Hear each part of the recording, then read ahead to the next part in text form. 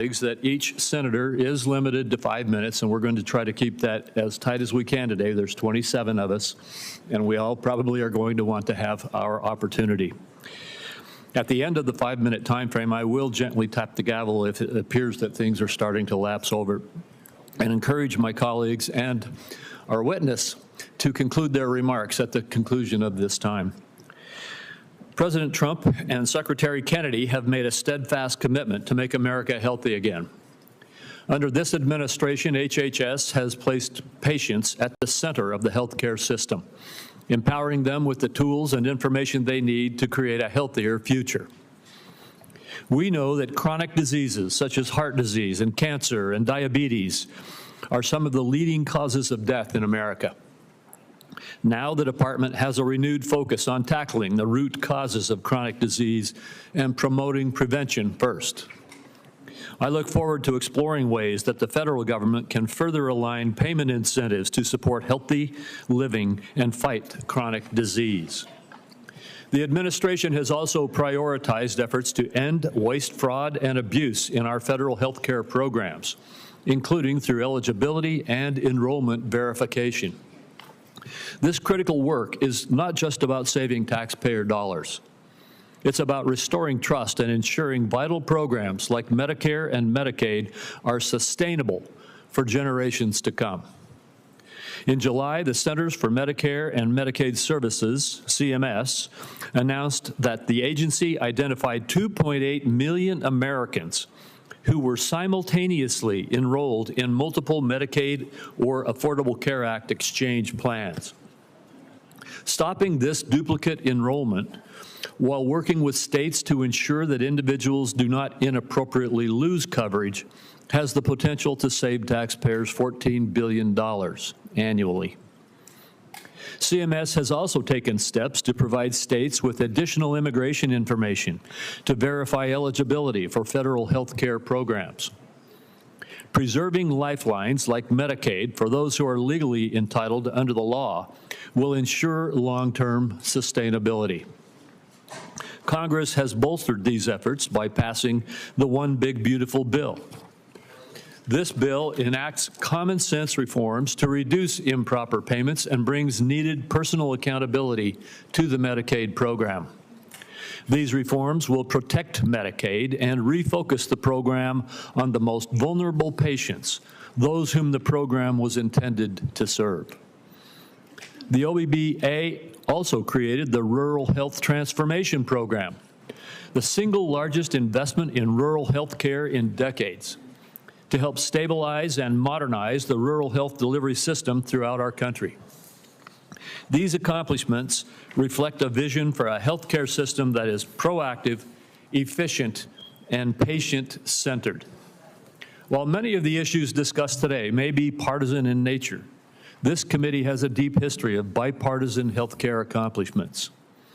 I remain committed to partnering with this administration and Ranking Member Wyden to enact policies that realign incentives in the prescription drug supply chain, expand access to telehealth, and ensure long-term stability in our physician payment system. Mr. Secretary, I look forward to hearing from you today about the administration's efforts to make America healthy again, and how we can continue to work together to achieve this shared goal. Thank you very much. Senator Wyden. Thank you, Mr. Chairman. As the committee gathers today, the United States is in the midst of a health care calamity, the largest cuts to American health care in the history of our nation, and they are approaching like an avalanche. Last week, most of the senior leadership at the Centers for Disease Control and Prevention were fired or they resigned after refusing to bow to Robert Kennedy's unceasing crusade against vaccines. I traveled across Oregon last month, and the message was the same from one end of the state to the other. Families are confused. They're scared about who to trust about their health care. Robert Kennedy and Donald Trump have done so much to feed that mistrust. This morning, my staff, in partnership with Senator Alsobrooks' team, is releasing a report that shows the disaster of Robert Kennedy's 203 days in office. Every single day, there's been an action that endangers the health and wellness of American families. Robert Kennedy has elevated conspiracy theorists, crackpots, and grifters to make life or death decisions about the health care of the American people. Robert Kennedy's tenure is so far marked by 3 calling cards. One is chaos at federal health agencies, leaving families, doctors, and the entire nation confused and frightened. Corruption that benefits Robert Kennedy, Donald Trump, and their friends at the expense of taxpayers. And higher health costs for families. I ask unanimous consent, Mr. Chairman, to enter this report into the record. Without objection. Then there's chaos. It's been obvious from the start that Robert Kennedy's primary interest is to take vaccines away from Americans. During his confirmation process, he claimed to be pro-safety and pro-science, but his actions reveal a steadfast commitment to elevating junk science and fringe conspiracies. His agenda has not been about choices and information for families.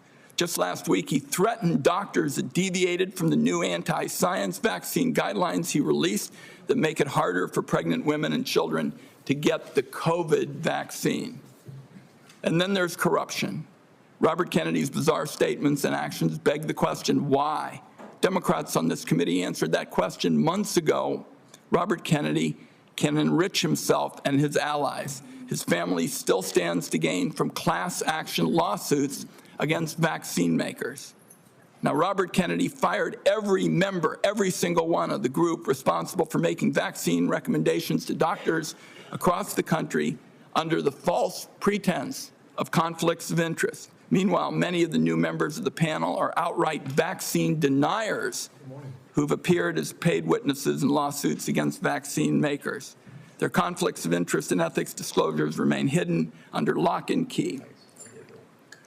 On top of all this bedlam in American health care, just 2 months ago, Donald Trump signed into law the largest health care cuts in American history to pay for tax breaks for the wealthiest people and massive corporations in our country. Republicans know these cuts are going to hit communities like a wrecking ball. That's why they pushed the most severe cuts until after the election. That's why their members already introduced bills to roll back some of the cuts. Make no mistake, though, those cuts are being felt right now. We're seeing hospitals in Idaho cutting payments, hospitals and nursing homes. Providence Seaside Hospital in Oregon announced they're shutting down their labor and delivery unit. Every family is going to feel the burden of Trump care in America. Premiums are going to spike next year, especially for those who buy health insurance on their own, but the effects will be felt by those who get insurance also through an employer. Congress has an opportunity to extend the Affordable Care Act tax credits that lower the cost of premiums. Democrats are ready to pass an extension that stops a dramatic premium spike that would force many families to pay double what they do today.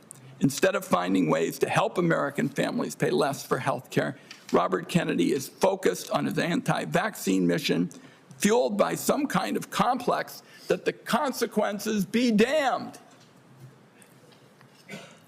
Amid this litany of corruption and chaos, the one point I have to underline is Robert Kennedy puts children in harm's way every single day in America. To my Republican colleagues, I must ask, what line must Robert Kennedy cross before some of you will also join this alarm? This weekend, under the cover of darkness, Robert Kennedy attempted to disappear hundreds of children under his care at Office of Refugee Resettlement facilities. These children here without parents or family were rounded up in the middle of the night and put on planes to Guatemala. Lawyers on the ground described unthinkable scenes.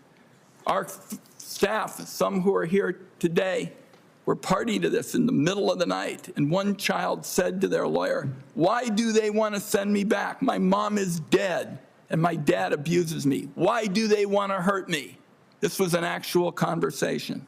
These actions were illegal. Documents show that many of these children were in the country to escape trafficking in their homeland. Mr. Kennedy calls himself a protector of children. Some kind of rich claiming from somebody who's flown on Jeffrey Epstein's private jet on multiple occasions. I don't think Robert Kennedy should be within 1 million miles of this job. Republicans on the committee had a chance to prevent the public health train wreck that Mr. Kennedy has engineered. Everyone voted for him. It is in the country's best interest that Robert Kennedy step down, and if he doesn't, Donald Trump should fire him before more people are hurt by his reckless disregard for science and the truth. I also would like to note Senator Cantwell has joined us in this effort. I hope, at the very least, Robert Kennedy has the decency to tell the truth this morning. Mr. Chairman, I have a procedural request I'd like to make at this time. It's a short one. Proceed. Thank you, Mr. Chairman. Mr. Chairman, it's unfortunate that I have to say this, but this is a witness who has lied to members of the Senate Finance Committee. In response to over 35 written questions, including from me, he said, and I quote, that he would do nothing as HHS secretary that makes it difficult or discourages people from taking vaccines. That was clearly not true. His unprecedented unilateral actions to restrict access to COVID vaccines, that alone proves it. He tried to fire the Senate-approved CDC director after she chose the truth over what I consider his delusions. His prepared testimony even today includes the debunked lie that 500,000 children disappeared under the Biden administration's watch, a lie that the Trump administration is using as a pretext to hunt immigrant children and their families. So, my request, Mr. Chairman, and I think it is unfortunate that I have to do this, but given the unprecedented nature of the witness's behavior, I would ask now that the committee formally swear in Robert Kennedy as a witness. Senator White and I will personally object and will reject your request. We will treat this witness as we treat all of the other administration witnesses who come before us. And let me just say again, as I said in my opening remarks, we will have some partisan disagreements today. We're having partisan disagreements right now, and I am having partisan disagreements with you on your characterization of the facts. The bottom line is we will let the Secretary make his own case in his opening statement. I'll only say, Mr. Chairman, that this committee's unwillingness to swear this witness is basically a message that it is acceptable to lie to the Senate Finance Committee about hugely important questions like vaccines. I think that's a great mistake, and that's why I've made the request. I understand that you're not going to grant it, and we can move on. We'll get to the bottom of your accusations, but at this point, I'm going to turn to our witness, the Secretary of Health and Human Services, Robert F. Kennedy, Jr. And Mr. Kennedy, Mr. Secretary, you may make your opening statement at this time. Thank you, Chairman Crapo, and thank you, Ranking Member Wyden, for the invitation to appear before the committee today. Before I summarize what we've accomplished this year at HHS, I want to express my deepest condolence to the family of DeKalb County Police Officer David Rose, who gave his life to stop the gunfire attack on the CDC on August 8th.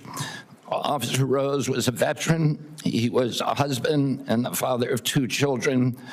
Officer Rose's widow, whom I visited, is expecting their 3rd child. I'd like Officer Rose's family to know that he remains in our prayers and that he will continue to be in our thoughts. Let me start with the big picture. Under President Trump's leadership, we at HHS are enacting a once-in-a-generation shift from a sick care system to a true health care system that tackles the root causes of chronic disease. Chronic disease has reached crisis proportions in our country. And finally, we have an administration that is taking action.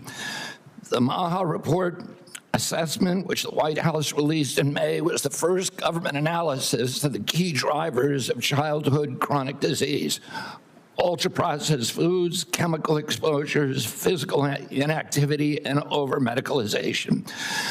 This month, we will follow with the MAHA report strategy, the Trump administration's solution for addressing each cause. At HHS, we haven't just been writing reports. We have been the busiest, most proactive administration in HHS history. In just half a year, we've taken on food dyes, baby formula contamination, the grass loophole, fluoride in our drinking water, gas station heroin, electronic cigarettes, drug prices, prior authorization, information blocking. Those prior authorizations are bullshit. It takes over 3 months to get a prior authorization. Senator Kennedy, do you know something? The committee will come to order. Between those 3 authorizations, you're killing millions of people. Prior authorizations. I apologize to you for that outburst, Secretary Kennedy. I would notify everyone else in the audience. Comments from the audience are inappropriate. If there are any further disruptions, the committee will recess until the police can restore order. Mr. Secretary, please proceed. As I was saying, prior authorization, information blocking, and healthcare interoperability. We are ending gain-of-function research, child mutilation, and reducing animal testing. We are addressing cell phone use in schools, excessive screen time for youth, the lack of nutrition education in our medical schools, sickle cell anemia, hepatitis C, the East Palestine chemical spill, and many, many others. At FDA, we are now on track to approve more drugs this year than at any time in history. I'm also proud to say that HHS under President Trump is doing more with less. We have taken measures to fight waste, fraud, and abuse. Just by eliminating duplicative enrollments in CMS, we are saving taxpayers $14 billion a year. Meanwhile, we are expanding access for people who need it. We are ending racist diversity, equity, and inclusion practices and instead focusing on aiding low-income and vulnerable families, regardless of their race, which was the original intent of Title X. We're also pouring $1 billion into Head Start and the Administration for Children and Families. Compassion need not be the casualty of efficiency. I'd like to highlight some issues that have not gotten media attention. First, we are doing our part to fulfill the President's commitment to stop human trafficking, especially of children. We inherited a terrible humanitarian crisis from the previous administration with its open border policies, which allowed the appalling loss of 476,000 unaccompanied children. We have implemented policies now to ensure that that appalling tragedy can never happen again. We have knocked on 82,000 doors and located 22,000 of those children. I promise you that we will do more in the next 3 years. We are also addressing the disastrous health conditions in tribal communities on Native American reservations. I've met face-to-face with tribal leaders in dozens of communities and tribes in Alaska, Arizona, Idaho, New Mexico, and elsewhere. And I look forward to making HHS resources more available to those communities. One of the most significant initiatives under President Trump is the Rural Health Transformation Fund, part of the President's Big Beautiful Bill, which will provide the greatest investment of federal money into rural health care in history. Finally, I would like to address the recent shakeups at CDC. These changes were absolutely necessary adjustments to restore the agency to its role as the world's gold standard public health agency with the central mission of protecting Americans from infectious disease. CDC failed that responsibility miserably during COVID, when its disastrous and nonsensical policies destroyed small businesses, violated civil liberties, closed our schools, caused generational damage in doing so, massed infants with no science, and heightened economic inequality. And yet all those oppressive and unscientific interventions failed to do anything about the disease itself. America is home to 4.2% of the world's population, yet we had nearly 20% of the COVID deaths. We literally did worse than any country in the world. And the people at CDC who oversaw that process, who put masks on our children, who closed our schools, are the people who will be leaving. And that's why we need bold, competent, and creative new leadership at CDC. people able and willing to chart a new course. As my father once said, progress is a nice word, but change is its motivator, and change has its enemies. That's why we need new blood at CDC. That's also why it's imperative that we remove officials with conflicts of interest and catastrophically bad judgment and political agendas.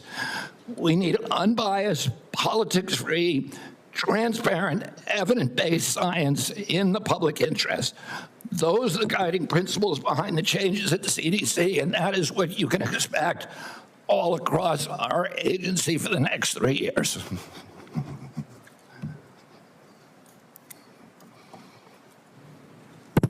Thank you very much, Mr. Secretary. I'll begin with the questioning. And one of the first things I'd like to talk to you about is actually something that is under the auspices of CMS. And I spoke with Dr. Oz last night about this. I'm sure you're very familiar with it, though. And that is that in the One Big Beautiful Bill, there's a lot of attacks right now going on publicly about hospitals are in trouble. And the blame for that is placed on the bill, even though the bill hasn't even been implemented yet. The fact is, this committee held hearings on the troubles that rural hospitals are facing in the United States before the passage of the One Big Beautiful Bill. They've been facing difficulties in rural America for a number of years now. And the bill, the One Big Beautiful Bill, contained a rural health transformation program, which I would just like to ask you to comment on. This is the program which allocated $50 billion over the next 5 years to our rural community hospitals in the United States to help them deal with some of the financial crises that they are facing and transition to more stability. Could you comment on that program that is in the One Big Beautiful Bill? Yeah, Senator, one of President Trump's campaign promises and one of the principal preoccupations, not only of Republican senators when I did my confirmation hearing, but also almost equally among Democratic senators, with the crisis in rural health. We've had 120 rural hospitals close over the past 10 years. These institutions are not just delivering health access to rural Americans, but they are economic centers, they are cultural centers for those communities. They are often the largest employer. They are the highest paying jobs, and they are the centerpiece for those communities. So when they die, the communities collapse. And President Trump promised to do something about that, and he has delivered on that promise. Right now, we spend about 6% of Medicaid funding is sent to rural hospitals, a very, very tiny slice, and that's one of the reasons they're in trouble. President Trump has now allocated through the One Big Beautiful Bill $50 billion, so $10 billion a year over the next 5 years. What we give to rural hospitals, that 6% represents $19 billion a year. So we're increasing that by $10 billion. So we're infusing more than 50% increase in the amount of money that is going to rural communities over the next 5 years. There's never been anything like that in history. It is the biggest investment, and it should stem this hemorrhage. Well, thank you. I appreciate your giving clarity to that, because it is frustrating to see these continuous allegations that the difficulties that our rural hospitals are facing all were created in the last few months when we passed a bill, when we've been holding hearings in this committee about these problems. And in the bill that we passed, we gave a $50 billion boost to, as you indicated, increase by 50% the federal support for our community rural hospitals in the United States. And I think that the hospital owners understand that. They recognize this support. In fact, they are coming they're coming together very carefully with Dr. Oz to work on the rollout of this program so that we can see this boost and this support that is coming. Just another one of the disagreements we have about what really was in the One Big Beautiful Bill. So I appreciate you commenting on that. In the last minute and 10 seconds that I have with you, Could you just quickly talk once again about the broad issue of making America healthy again in terms of our aim to change the healthcare system's focus from a reactive symptom management model to one that focuses on lifestyle choices and the root causes of chronic disease? Yes, Senator, you know, this morning I got the latest numbers from CDC that 76.4% of Americans now have a chronic disease. This is stunning. When my uncle was president, it was 11%. 1950, it was 3%. Today, it's 76.4%. 8 out of 10 of our kids cannot qualify for military service. This is a national security issue. When my uncle was president, we spent $0 on chronic disease. Today, we spend $1.3 trillion. It's the biggest cause, and it's increasing. And all of the arguments that Republicans and Democrats have about single-payer, Obamacare, or with the various ways to allocate the health dollars, they're all like rearranging deck chairs on the Titanic. If we don't end this chronic disease, we are the sickest country in the world. That's why we have to fire people at CDC. They did not do their job. This was their job to keep us healthy. Thank you, and I need to fire some of those people to make sure this doesn't happen again. Thank you, Mr. Secretary. I have to cut myself off to make sure I keep to this time frame, too. Senator White. Thank you very much, Mr. Chairman. I've made it clear. I think that Secretary Kennedy is dead set on making it harder for children to get vaccines and that kids are going to die because of it. And Mr. Chairman, I'd like to put in the record today an op-ed written by Susan Monarez, who was fired by Mr. Kennedy. Without objection. So what we know, and Dr. Monarez, was approved by Republicans. She wrote an op-ed today in the Wall Street Journal, which I've just put in the record, and I quote her. She said, "I was told to pre-approve the recommendations of a vaccine advisory panel newly filled with people who have publicly expressed anti-vaccine rhetoric." So this is not some liberal philosopher or something. This is the CDC director who tells the Wall Street Journal, which is not exactly interested in progressive, theories and the like, that she was told to pre-approve the recommendations of a vaccine advisory panel filled with people who've publicly expressed anti-vaccine rhetoric. So my first question, Mr. Secretary, is did you, in fact, do what Director Monarez said you did, which is tell her to just go along with vaccine recommendations, even if she didn't think such recommendations aligned with scientific evidence? That is no, I did not. That's a yes or no. So you have an opportunity to call her a liar if you say that you didn't do it, but I'd like to see you respond to this. No, I did not say that to her. And I never had a private meeting with her. So there are witnesses to every meeting that we have, and all of those witnesses will say, I never said that. So she's lying today to the American people in the Wall Street Journal? Yes, sir. Okay. Let's talk now about what's coming up, because I've made it clear what I've thought about the 203 days with my colleague, Senator Also Brooks. In 2 weeks, CDC's Advisory Committee on Immunization Practices will meet to make decisions about critical vaccines that protect us against hepatitis B, measles, and more. The committee's got a profound impact on vaccine access, but these aren't ordinary meetings. You've stacked the deck to ensure the panel bends to your views. In June, you fired all 17 committee members who are respected scientists and doctors. You replaced them with non-experts, vaccine skeptics, and conspiracy theorists. As a result, this critical advisory panel has lost scientific credibility. After years, colleagues, we spend so much time not looking at this as Democrats and Republicans, but as good science and scientific credibility. And now the American Academy of Pediatrics has warned that the committee is being politicized at the expense of children's health. American Academy of Pediatrics, you think they're lying too? I think the American Academy of Pediatrics is gravely conflicted. They get Their biggest contributors are the 4 largest vaccine makers. They run a journal, Pediatrics, which they make a lot of money on, that is completely dependent on pharmaceutical companies. So I wouldn't put a big stake in what they say that benefits pharmaceutical interests. Senator, I didn't politicize ASAP. I depoliticized it. The Congress has been investigating ASAP. All over the country, Mr. Secretary, scientists and doctors are saying otherwise. They're all wrong, too. They're all lying, according to you. The scientists and doctors are supporting me all over the country.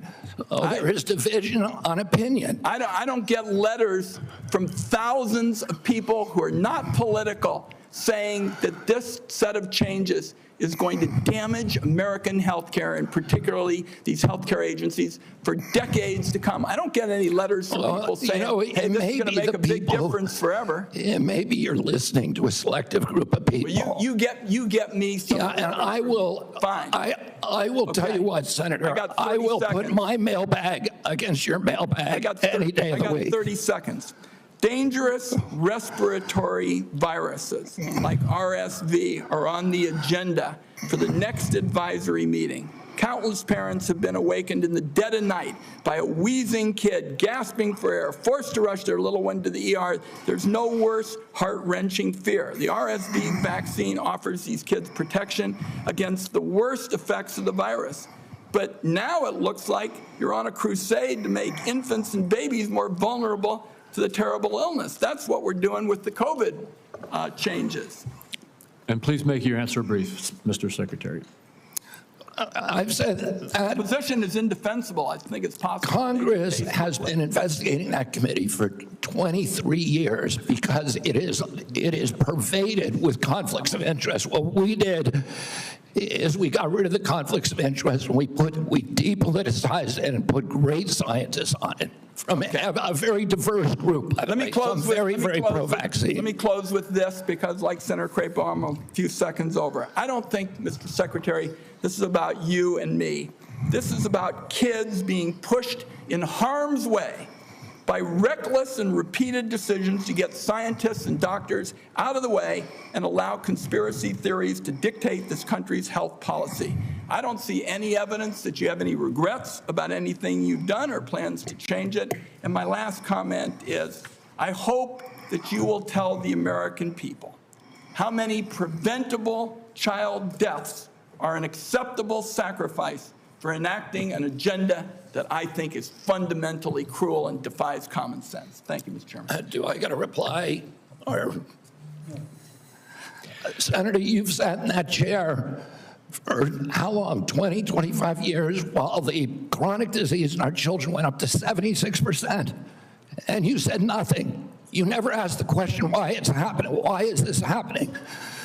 Today, for the first time in 20 years, we learned that infant mortality has increased in our country. It's not because I came in here. It's because of what happened during the Biden administration that we're going to end. I'm going to let Senator Wyden respond briefly to that, and then we're not going to go over like we just did. Defend this committee on a bipartisan basis. Colleagues, my cabinet secretary says that we have no interest in chronic care. Mr. Secretary, Mr. Chairman, could we have regular order, please? We are in the process of turning around the Medicare program with the chronic care bill that Chairman Hatch, when he was chairman, and this committee put together on a bipartisan basis. All right, we're going to proceed. And I just want the rest of the members to know, I gave Senator Wyden as ranking member some leeway there, but we're going to stick to the 5 minutes.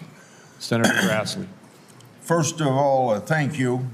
I have asked HH secretaries in the past to fully utilize the Rural Community Hospital Demonstration Program under Medicare. The program has been underutilized. In May, the CMS filled the open slots. Thanks to your agency's work, there's been 10 more rural hospitals in the program. It's important that the federal government uses every tool possible to help rural hospitals, and thank you for making that possible. Now to my questions. Back in January, during your confirmation hearing, you told me that you agreed to leave farming regulations to the Department of Agriculture and EPA. Do you think that any comments you have made since your confirmation on topics dealing with agriculture are consistent with what you said in January, that USDA and EPA ought to be regulating farming, and that the Department of Health and Human Services should not seek to regulate farms, the tools they use, or the markets that they sell into. Yes, Senator, we are working very, very closely with Brooke Rollins and with the agricultural community. We've met with over 140 farm interests over the past 3 months to incorporate them to make sure that the MAHA agenda is consistent with their agenda. We are producing the best food in America, that we're protecting our soils and our soil microbiome, and that we're protecting all kinds of farmers, including those who want to transition to regenerative agriculture. We're consulting every stakeholder in the farm community in everything that we do. I just raised the question because farmers in my state have been concerned about some of the things you're saying. Senator, I can't hear you. I'm sorry.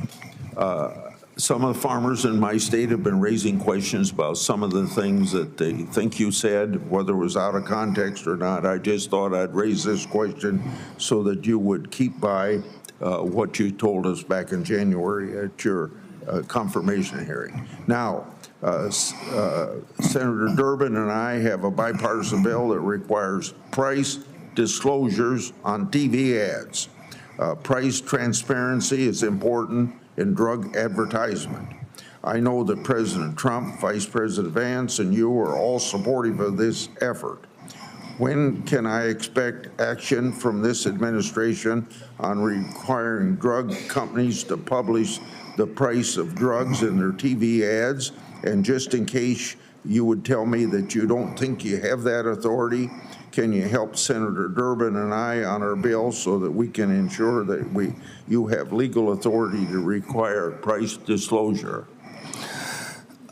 Senator, I think it would be good for us to talk about this offline. We are working on this in our agency, and I'm happy to give you the details of what we're doing. Okay. I've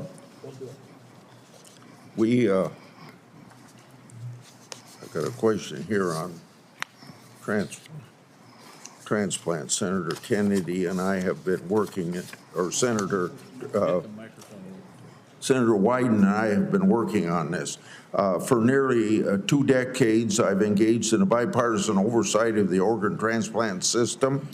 RISA has developed a tool to combat transplant line skipping.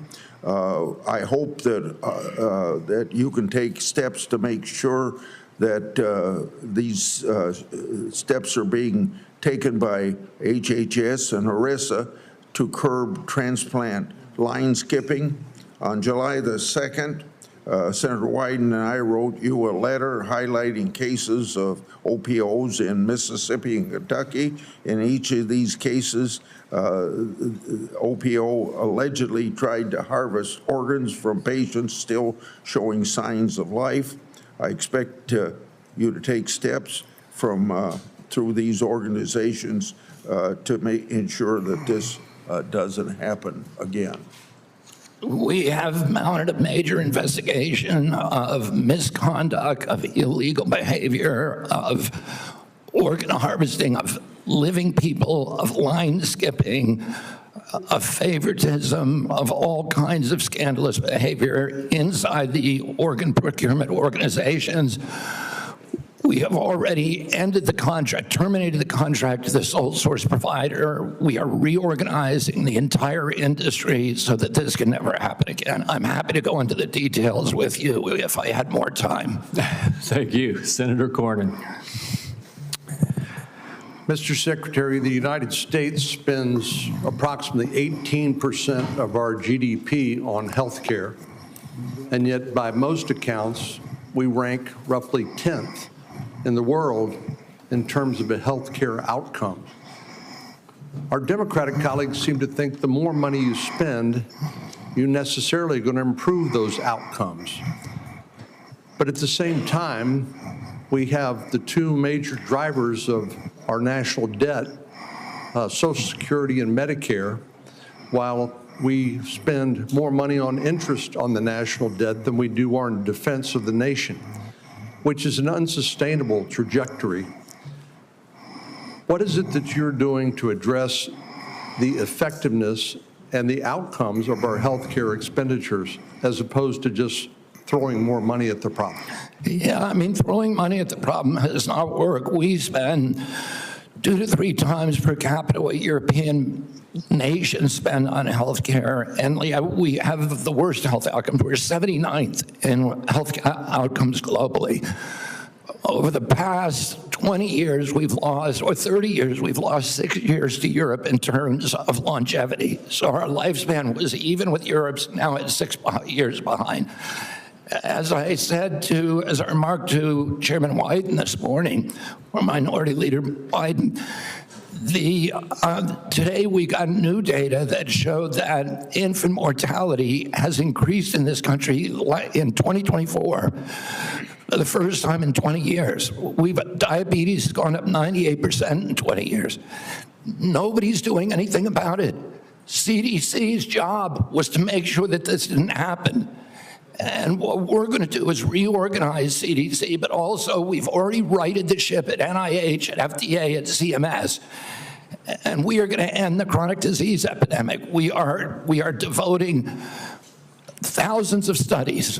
We're going to devote to identifying the causes, and we're eliminating them. And we're already starting. We're not waiting for everything to come in. We are starting now. We're doing this with food dyes, with grass standards, with dietary guidelines. We're going to get better food and better health to the American public because it's chronic disease that is bankrupting us and destroying our national security.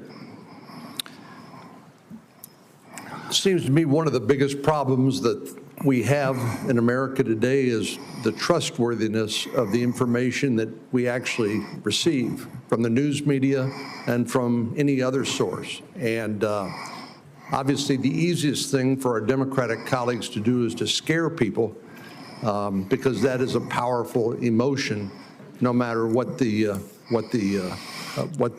facts may be. Do you believe COVID-19 was politicized? Yeah, the whole process was politicized. Senator, I mean, we were lied to about everything. We were lied to about natural immunity. We were lied to about, we were told again and again the vaccines would prevent transmission, they'd prevent infection. It wasn't true. They knew it from the start it wasn't true because that's what the animal studies and the clinical trials showed. We were told that there was science behind cloth masks. The CDC allowed the teachers union to write the order closing our schools, which hurt working people all over the country, and then pretend it was science-based.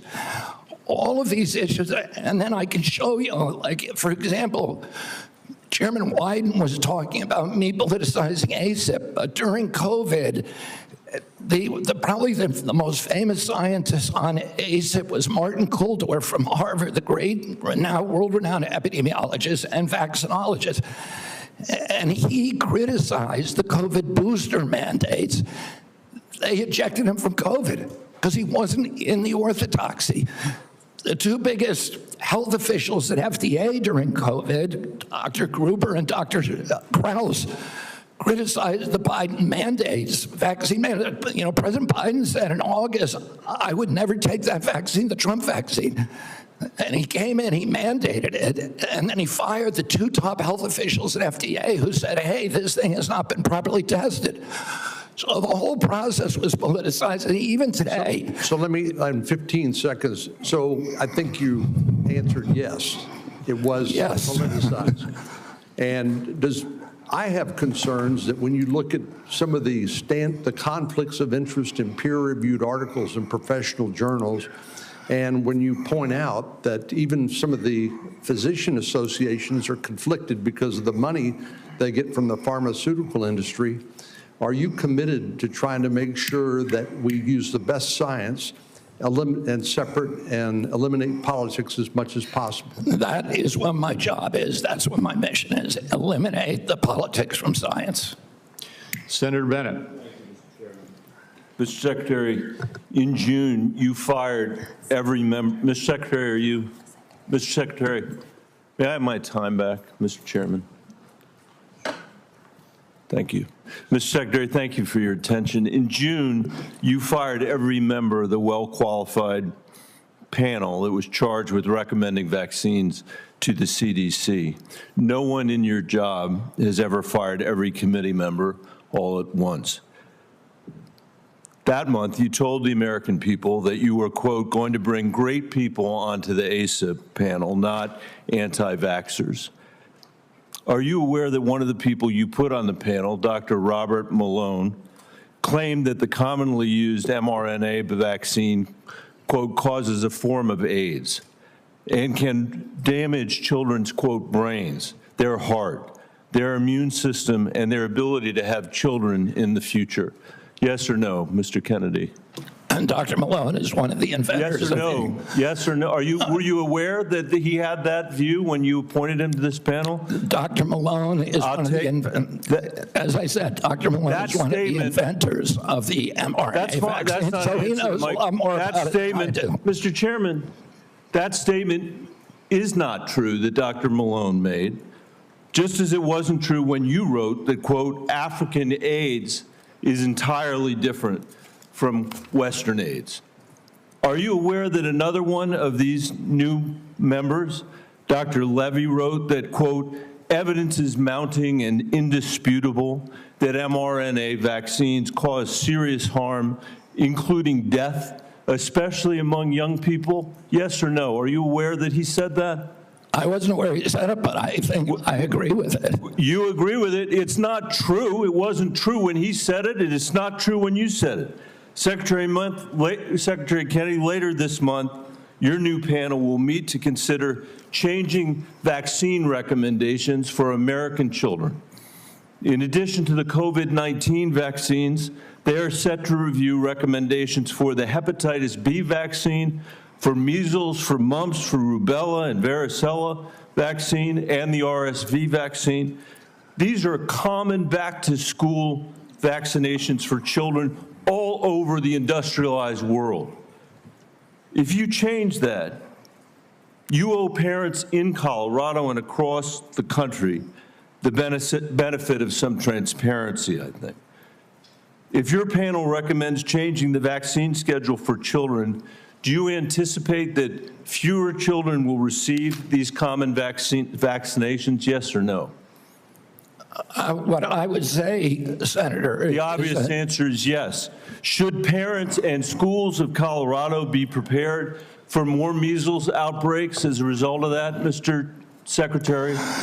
Senator, how about more mumps outbreaks? I do not anticipate a change in the MMR vaccine. ACIP is an independent panel, so. Well, it's a panel you just put those folks on. Far from what you said, they're people with ideas that are completely outside the mainstream. You mean out of the pharmaceutical paradigm? Let me just say, Mr. Secretary, all these vaccines that we're talking about today are free and accessible to parents today in America who have the freedom to be able to make that choice for their children. Will that be true after your handpicked panel makes their judgments about these vaccines?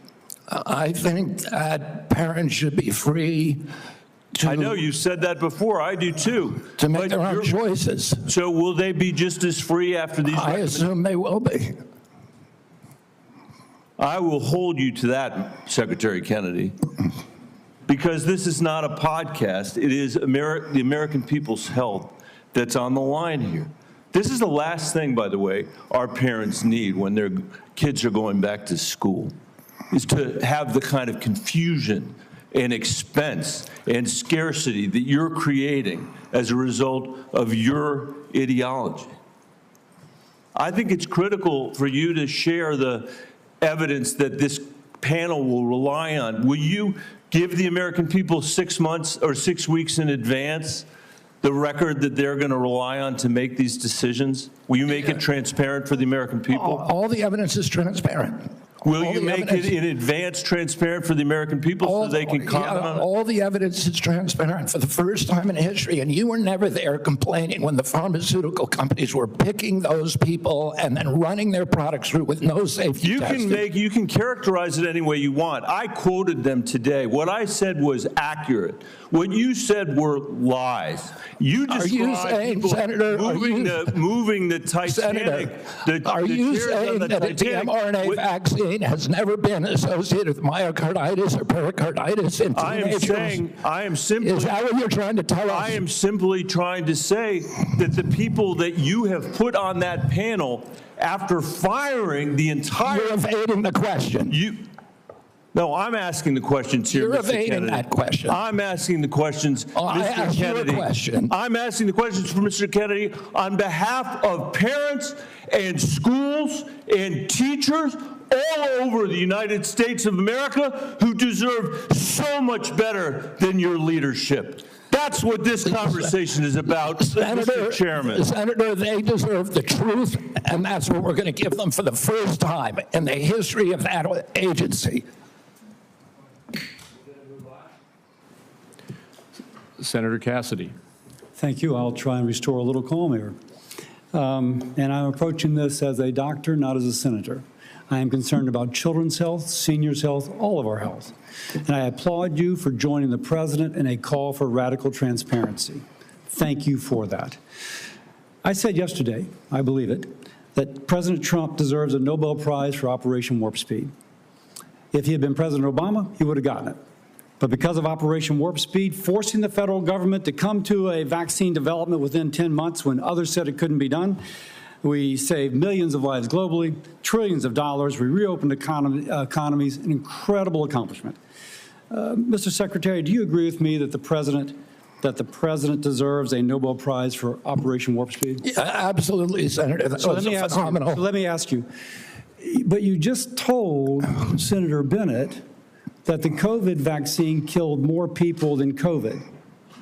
Wait, that was a statement. I did not say that. Okay, then let me ask, because you also were Senator, I just want to make clear, I did not say that. We'll check the record. That's a question of fact. You also said that you were also, as lead attorney for the Children's Health Defense, you engaged in multiple lawsuits attempting to restrict access to the COVID vaccine. Again, it surprises me that you think so highly of Operation Warp Speed when, as an attorney, you attempted to restrict access. Well, let me ask. I'm happy to explain why. I had 3 minutes and 30 seconds left. All right. It also surprises me because you've canceled, or HHS did, but apparently under your direction, $500 million in contracts using the mRNA vaccine platform that was critical to Operation Warp Speed. Again, an accomplishment that I think President Trump should get a Nobel Prize for. You canceled $500 million in contracts. Now, I grew up in a middle-class family, so $500 million seems, just to cancel, it seems like an incredible waste of money. But it also seems like a commentary upon what the president was attempting, what the president did in Operation Warp Speed, which is to create a platform by which to create vaccines. So this just seems inconsistent that you would agree with me the president deserves a tremendous amount of credit for this. Is this a question, Senator Cassidy, or is this a speech that you don't want me to answer? Because I want to answer that question. Please. If it's a question. But be tight, please. First of all, the reason that Operation Warp Speed was genius is it did something nobody had ever been done. I don't think any president, but President Trump could do it. It got the vaccine to market that was perfectly matched to the virus at that time when it was badly needed, because there was low natural immunity and there were people getting very badly injured by COVID. But it was also brought in therapeutics like hydroxychloroquine and ivermectin and protocols for treatments. And there were no mandates. And then okay, I have another question, so please. That's when I began litigating against President Biden's mandates. Now, I'm sorry, let me go on because in because terms you've of covered me the mandates canceling those before. contracts, I have limited time, Mr. Secretary, I'm sorry. You've called for, and rightly so, that we should restrict participation in agencies for those with conflict of interest. I would like to submit for the record a evaluation of the conflict of interest of those who are on the ACIP and the Vaccines and Related Biologic Products Advisory Board. It was not 97% as alleged, rather it was 6.9%, and it was 1.2%, I think, for the other panel. Without objection. Now, I am concerned, though, because many of those whom you have nominated for the ACIP board. Senator, excuse me, you have the facts wrong in there. Excuse me, can I have my time back? Yes. Yeah. What I am concerned about is that many of those whom you've nominated for ACIP have received revenue as serving as expert witnesses for plaintiffs' attorneys suing vaccine makers. Now, one of my colleagues in another setting alleged that you seem more interested in settlements than science. If we put people who are paid witnesses for people suing vaccines, that actually seems like a conflict of interest. Real quickly, do you agree with that? No, I don't. It may be a bias, and that bias, if disclosed, is okay. But it's not So a if the financial. bias is It's not a disclosed, they're financial expert conflict. witnesses. It's not a financial Let me conflict finish of up. interest. Let me finish up. You also told Senator Wyden at the outset that you didn't want to take vaccines away from people. And as I conclude, I would like to say this. Because of the conflicting recommendations made about COVID. This is from Eric Erickson, good conservative out of Atlanta, Georgia, occasionally gives me hell. My wife has stage 4 lung cancer. She is one of the people the COVID vaccine actually helps. Thanks to the current mess at HHS, CVS is unable to get her vaccine. Secondly, an email from a physician friend of mine. Hey, Bill, I'm not even sure what I'm asking you, but we're all confused and concerned about who can get the COVID vaccine. We are having our attorney try and render an opinion, but there's no firm guidance and concern about liability if vaccines are given to a patient who requests it, but not on the current CDC list. Pharmacists are requiring a prescription now even for patients over 65, creating a huge headache. I submit these for the record. Without objection. I would say effectively we're denying people vaccine. Senator Cantwell. You're wrong. Thank you, Mr. Chairman. Following up on that same line as Senator Cassidy, because that's exactly, I represent one of the most science-based states in the country. That is percentage of scientists per capita. And at your confirmation hearing, we asked about this, whether you would follow science. You've made a statement here today in your testimony that you would follow science, and yet you're not following science, and that's what Senator Cassidy's question was. It's a simple yes or no answer. Do you think the president deserves to get a prize for warp speed in the mRNA technology that saved so many lives? And you won't answer that question. I answered it. No, you're saying that there are problems with what was interpreted. You could say yes. You should say yes. I said the right now. president also deserves a Nobel Prize, but our mRNA vaccines that we're working on, the ones that we canceled, which are for upper respiratory infections alone, You are those. canceled $500 million of research because the mRNA technology is about continuing the research to be ready for the next flu, influenza, the next pandemic, and you have to do the research. I'm happy to have a detailed discussion with you about it. You're so wrong on your facts. You're interrupting me, and sir, you're a charlatan. That's what you are. You're the ones who conflate chronic disease with the need for vaccines. The history on vaccines is very clear. This is the 20th century. That's how many people had vaccines and had illnesses. This is the 21st century. This is the decrease, 99% down to 100%.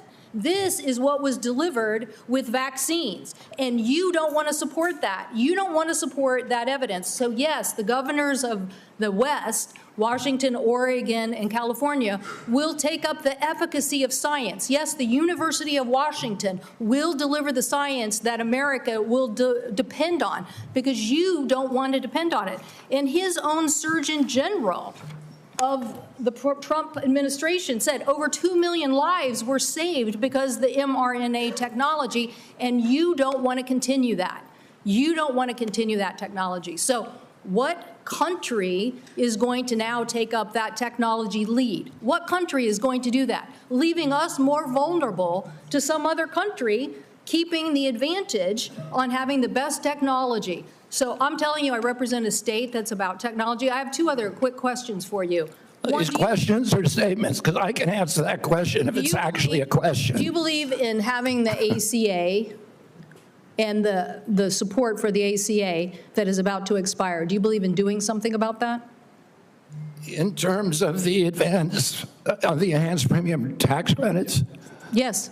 Well, the Democrats had two chances to make them permanent, and they didn't. And they didn't for a reason. We're the ones who delivered it. So I'm just asking, yes or no, do you want to do something about this? Yes or no? I want to fix the system, and that's what we're doing, fixing systematically to make premiums lower. That's what President Trump wants to do. Do you think the women on the steps of the Capitol were a hoax yesterday? I don't know about any women on the steps of the Capitol. The women who were talking about Epstein, do you think they were a hoax yesterday? Do I think they were? Do you think they were perpetrating a hoax yesterday?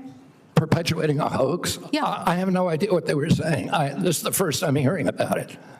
You're hearing about the women on the Capitol steps saying that they believe that the Epstein information should be made public? That's the first you're hearing about it?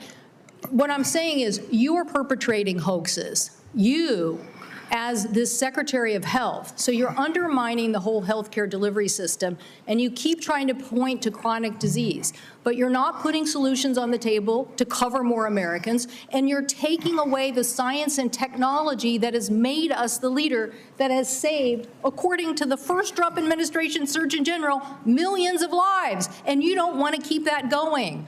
So no, I don't support your continued efforts as Secretary, and I definitely think that our colleagues need to rally around science. If you want the Northwest to continue to lead on all innovation and all healthy people, okay, we'll do that. But it's a sad statement for the rest of America and America's leadership on technology. Thank you, Mr. Chairman.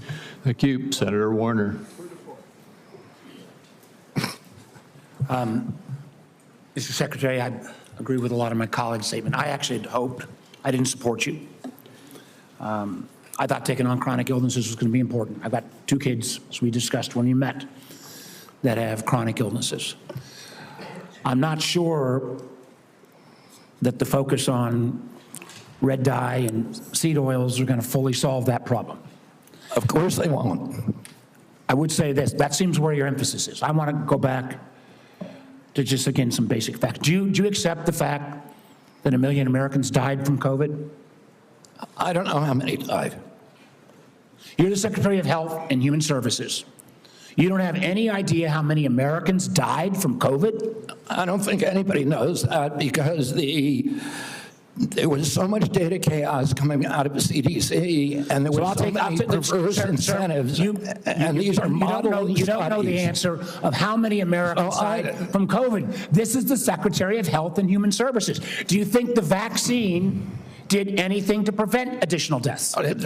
Again, I would like to see the data and talk about the data. You have had this job for 8 months, and you don't know the data about whether the vaccine saved lives? And that's the problem, is that they didn't have the data. The data by the Biden administration absolutely dismal. So who is politicizing? You're saying the Biden administration politicized all the data?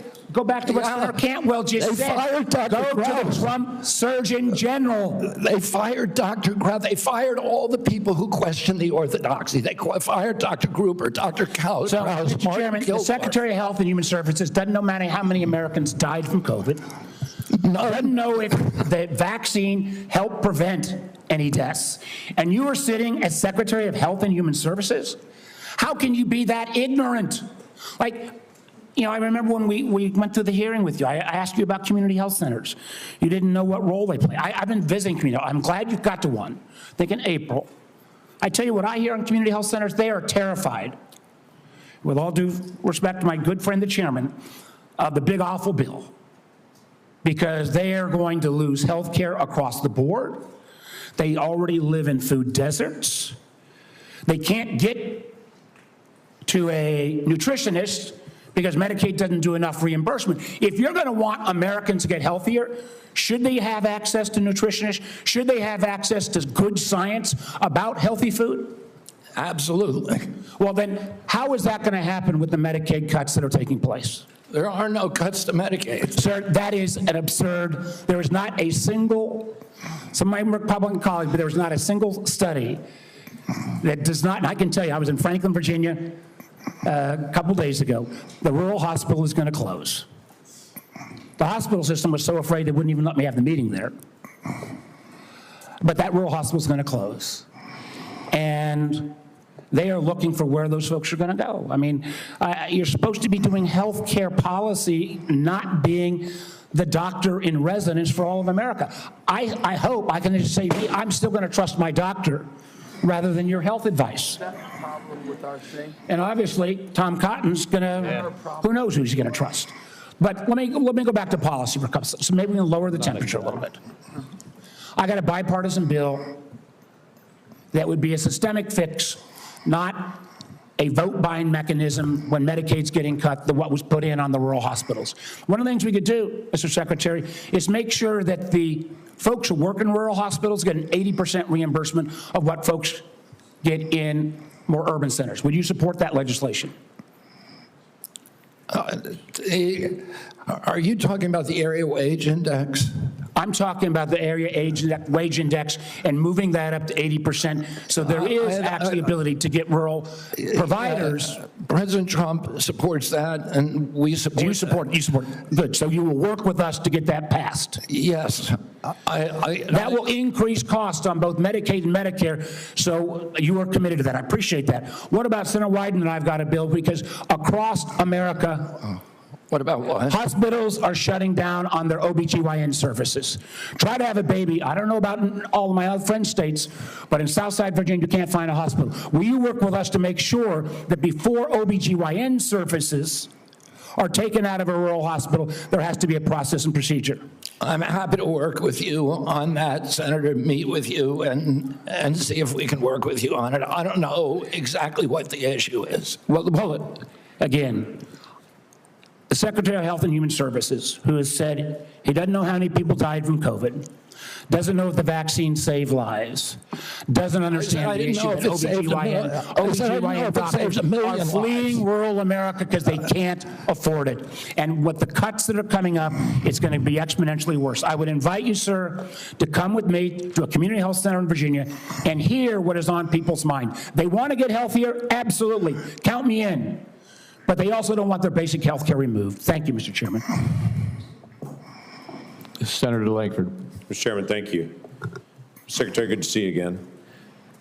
As I traveled around Oklahoma during August, it was great to be able to be home. I had several folks that contacted me. We had some great meetings with some rural hospitals as well. They're looking forward to the $50 billion for the One Big Beautiful Bill that is targeting towards rural hospitals, starting with $10 billion next year. I know you're quickly getting all the instructions out on that. We know that's in process. It was good to be able to visit with them and be able to talk about that. They're very pleased. Thanks for the work you're doing on that. I also met with some of our groups that do incredible medical research on this. I know the NIH grants were held for a while and being studied. Those have been released, and grateful to be able to see that, because there's some amazing medical research that's happening, including some longitudinal studies. They need those dollars released, so I appreciate y'all getting those released out there. I did hear from a lot of our folks, and I want to talk about one of these issues. From a lot of our hospitals, they immediately raised the issue of Medicare Advantage plans and how they're withholding payments, they're delaying payments back to hospitals, and a problem that's been for rural hospitals. I know y'all are working on that as well. We want to work with you on that. But you and I have spoken on the second issue on that, and it's the pharmacy benefit managers. During the confirmation process, it was interesting when you and I met in my office, you said every single senator brought up PBMs to you, and you made the statement during the confirmation process, this is an area that President Trump wants to take on, is the pharmacy benefit managers. This is unfinished business in this committee, but I wanted to just know, what is HHS doing at this point on the PBM issue in particular to make sure we're not driving out rural pharmacies, and what we can do to be able to make sure that's fair? I mean, it's a priority for the president. He talks to me about it, I would say, at least once a week, sometimes at 11 o'clock at night.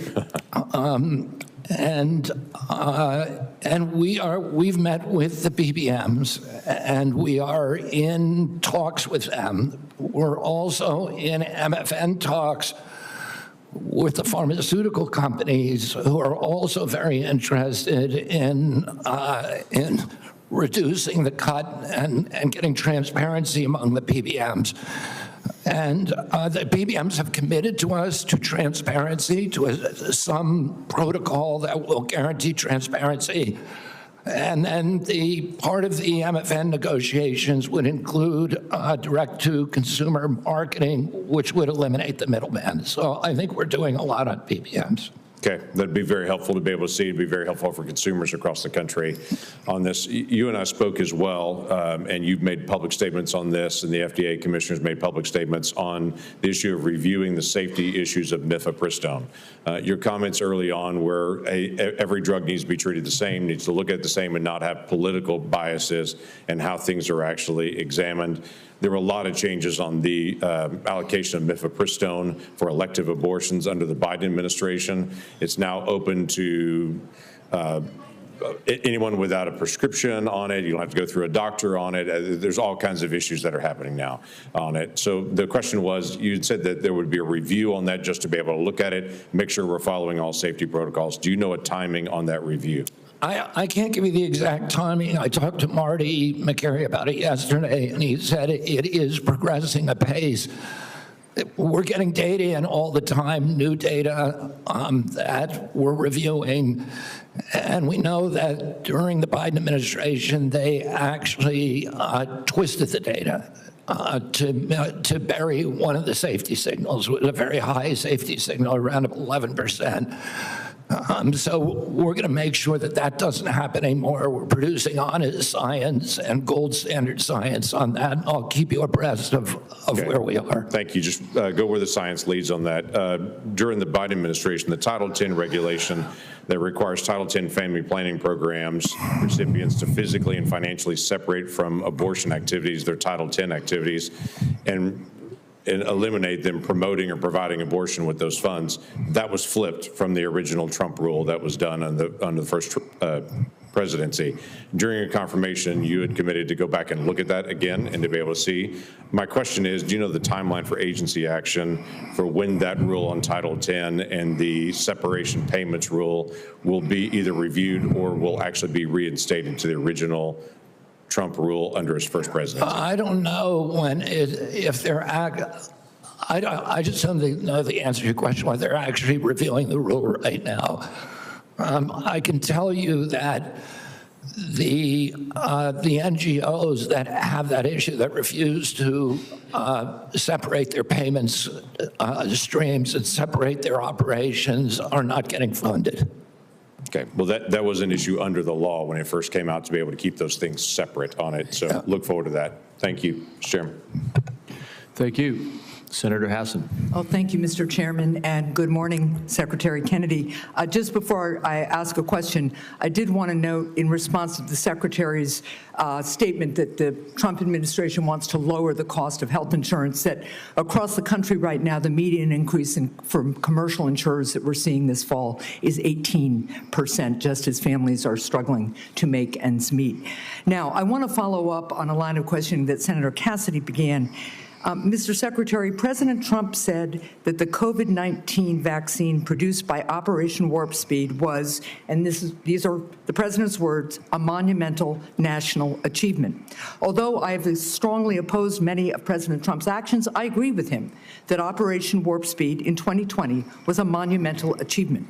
Unfortunately, you are undermining one of the president's biggest achievements, which, as the president said, saved millions of American lives. You even went as far as to call President Trump weak for this life-saving accomplishment. Last year, you tweeted that President Trump has a weakness for swamp creatures, and that Operation Warp Speed was among, here's your quote again, the most devastating impact of President Trump's weakness. So, Mr. Secretary, was Operation Warp Speed a monumental national achievement, as President Trump said? For the reason that I already said, and I assume you won't let me repeat, but I'm happy to if you want, yes, it was. Good.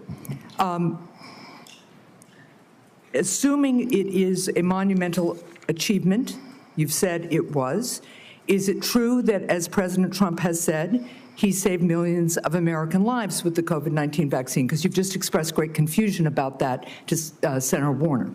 The only confusion I express is exactly how many lives were saved. I don't think anybody knows that because of the data chaos. So multiple studies have shown that the vaccine reduced infections and severe diseases and saved at least 3 million lives in the United States and millions more abroad in the first 2 years of the pandemic. It's possible those are modeling studies. I will also note, just as you've been talking about data and concern about it, the process for COVID vaccine approval was public, it was live streamed, and it was out in the open. Manufacturers and experts have publicly submitted data analysis, and when the FDA has asked for more, they've submitted more.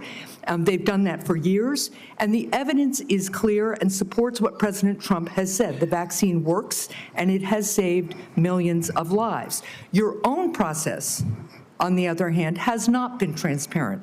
You repeatedly choose to ignore data because it doesn't match your preconceived notions and lies. So you have said that the vaccine did save lives. You've said it was a monumental achievement.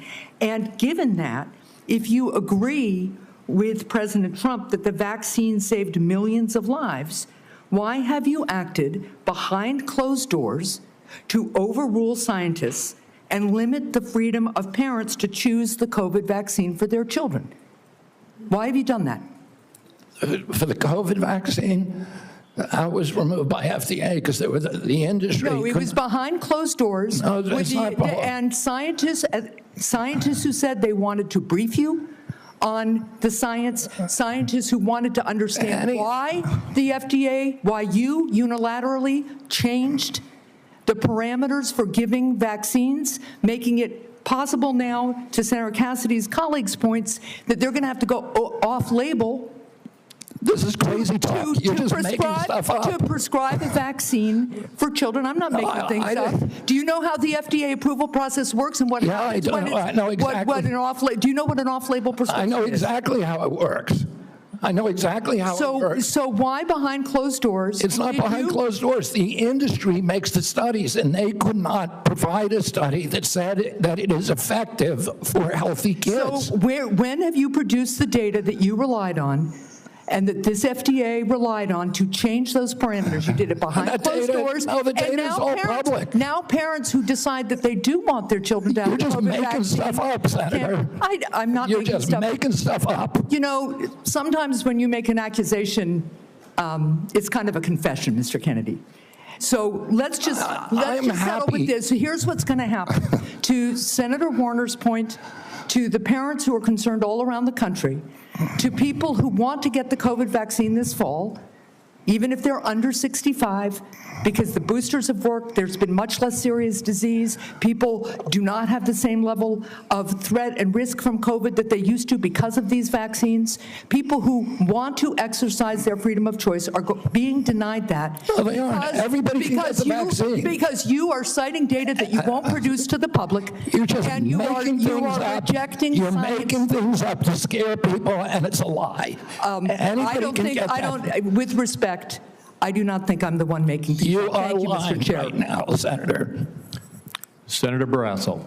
Thanks, Mr. Chairman. Mr. Secretary, thanks for being with us today. I believe one of President Trump's greatest achievements was his bold and successful actions on COVID. When faced with a global pandemic, he didn't back down. He was determined to find a cure, and through Operation Warp Speed, a vaccine was developed that distributed quickly, safely, effectively, and I believe it saved many, many lives. I think it's a model of American ingenuity and public-private partnership. But this wasn't the first time an American president acted boldly to address disease and vaccines. There's a great book that's out. It's a prize-winning book called The Fate of the Day by Rick Atkinson, and he talks about the courageous efforts by George Washington. During the Revolutionary War, George Washington reversed his opposition to the smallpox vaccine, and he ordered that all the soldiers be vaccinated. It was among the most consequential decisions Washington would ever make. By protecting his troops from smallpox, Washington preserved the Continental Army, which allowed our nation to continue to fight for our independence. And like President Trump, I believe President Washington acted decisively to protect Americans' lives at a time of great national peril. So over the last 50 years, vaccines are estimated to have saved 154 million lives worldwide. I support vaccines. I'm a doctor. Vaccines work. Secretary Kennedy, in your confirmation hearings, you promised to uphold the highest standards for vaccines. Since then, I've grown deeply concerned. The public has seen measles outbreaks, leadership in the National Institute of Health questioning the use of mRNA vaccines, the recently confirmed director of Centers for Disease Control and Prevention fired. Americans don't know who to rely on. You know, recent polls said 89% of voters, 81% of Trump voters agree vaccine recommendations should come from trained physicians, scientists, public health experts. So, you know, they believe, you know, Senator Marshall, Senator Cassidy, they believe me when it comes to vaccines. If we're going to make America healthy again, we can't allow public health to be undermined. So could you explain what steps you're going to be taking to ensure vaccine guidance is clear, evidence-based, and trustworthy? Yeah, we're going to make it clear, evidence-based, and trustworthy for the first time in history. For most, right now, you know, when I was a kid, I got 3 vaccines. I was fully compliant. Today's children have to get between 69 and 92 vaccines in order to be fully compliant, between maternity and 18 years. Only one of those 19 vaccines, 92 doses, only one of those vaccines has ever been tested against an inert placebo. And what we're doing now is any new vaccine that before it's approved and licensed will have to demonstrate safety against an inert placebo. And we're going to go back and do observational studies on the existing vaccines to see if they're linked to any of these chronic disease epidemics so that people can understand the risk profile of those products and make good assessments for their own health. So in 2 weeks, vaccine experts at the CDC are going to meet to discuss childhood vaccine recommendations. Parents and physicians depend upon this guidance to make decisions and to keep kids safe. And as I said, I support vaccines.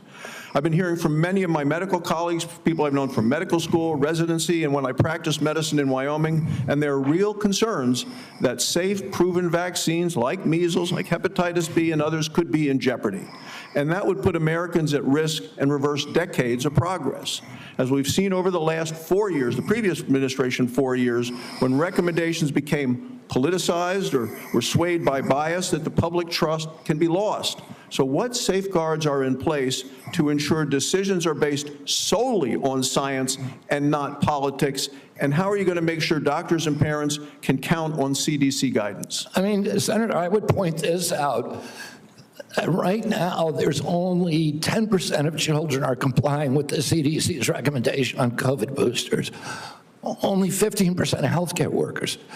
So Americans have lost faith in CDC, and we need to restore that faith. And we're going to do that by telling the truth and not through propaganda, by making them understand that everything that we say is true, that we're going to tell them what we know, we're going to tell them what we don't know, and we're going to tell them what we're researching and how we're doing it, and we're going to be transparent.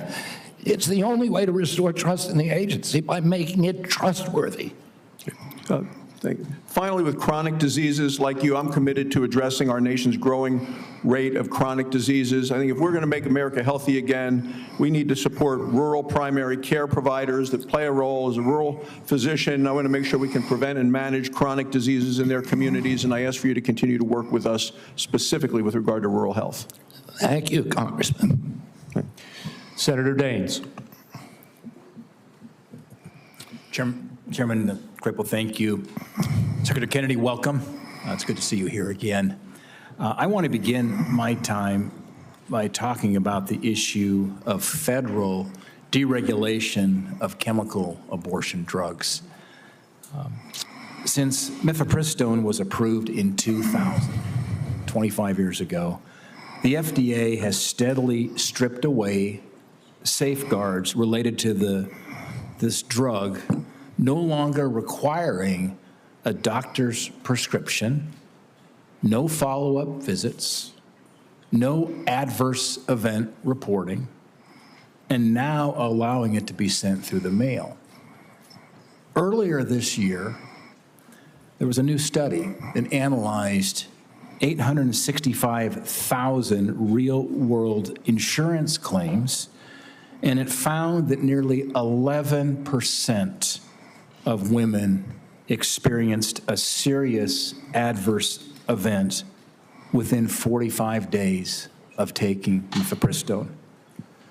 To put that in perspective, that is 22 times higher than the FDA's long-standing estimate of less than 0.5%.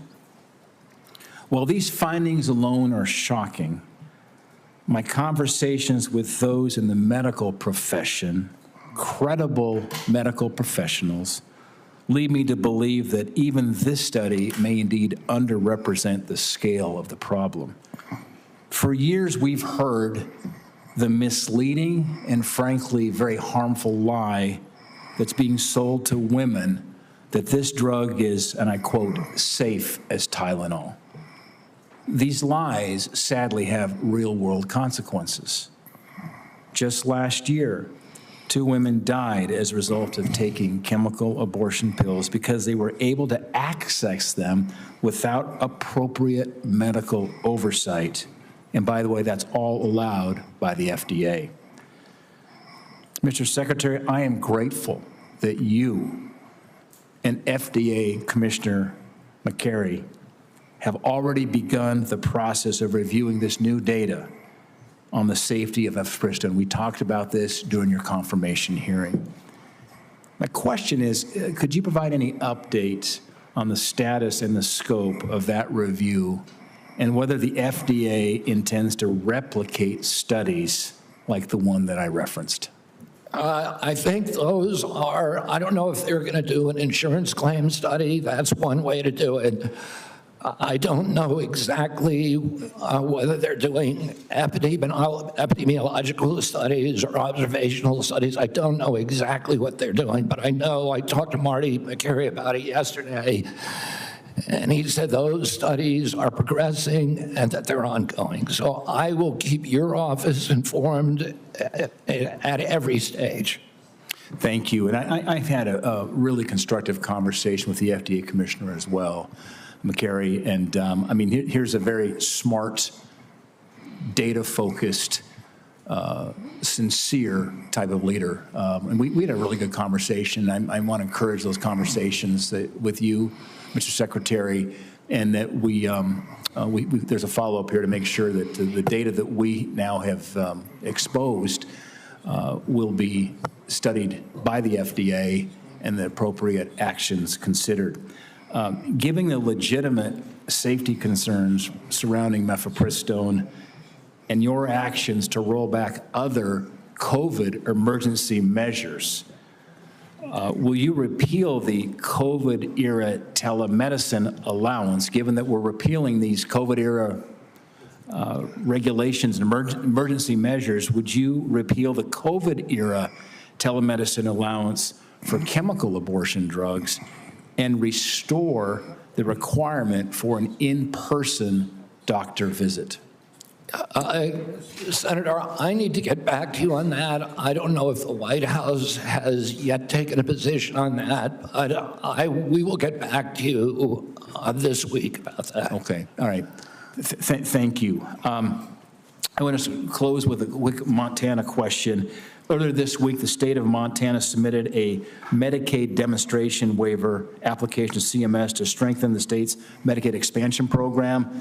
This waiver seeks to require community engagement and enhance cost sharing for working-age, able-bodied adults enrolled in the program. I applaud our governor, Gianforte, and Director Brereton for their proactive leadership in this space. My question is, Mr. Secretary, could you commit that CMS will work quickly in its consideration of Montana's waiver application? Absolutely. It sounds like the kind of waiver that we're looking for. Okay. Thank you, Mr. Secretary. Thank you, Senator Johnson. Thank you, Mr. Chairman. Secretary Kennedy, first of all, thank you for your willingness to serve and for putting up with this abuse. 5 minutes is even close to refute all the falsehoods that have been confidently spewed during this hearing. We'll talk about real data here, okay? Well, first of all, thank you for breaking the logjam of information of HHS. My committee's got now over 8 million pages of information. Just in the first tranche, by the way, what we discovered is that the CDC, somebody in the federal health agencies, this interagency communication, hid the signal. They admitted there was a signal on myocarditis, and they hid it. They didn't warn the public. They didn't warn doctors. So that's just one instance of corruption and lies told by the CDC. We've got a lot of others we'll be rolling out, okay? So we held our first hearing in permanent subcommittee investigation on that hiding of the signal of myocarditis. We've heard a lot of studies, okay? As I've looked into science, it's been thoroughly corrupted.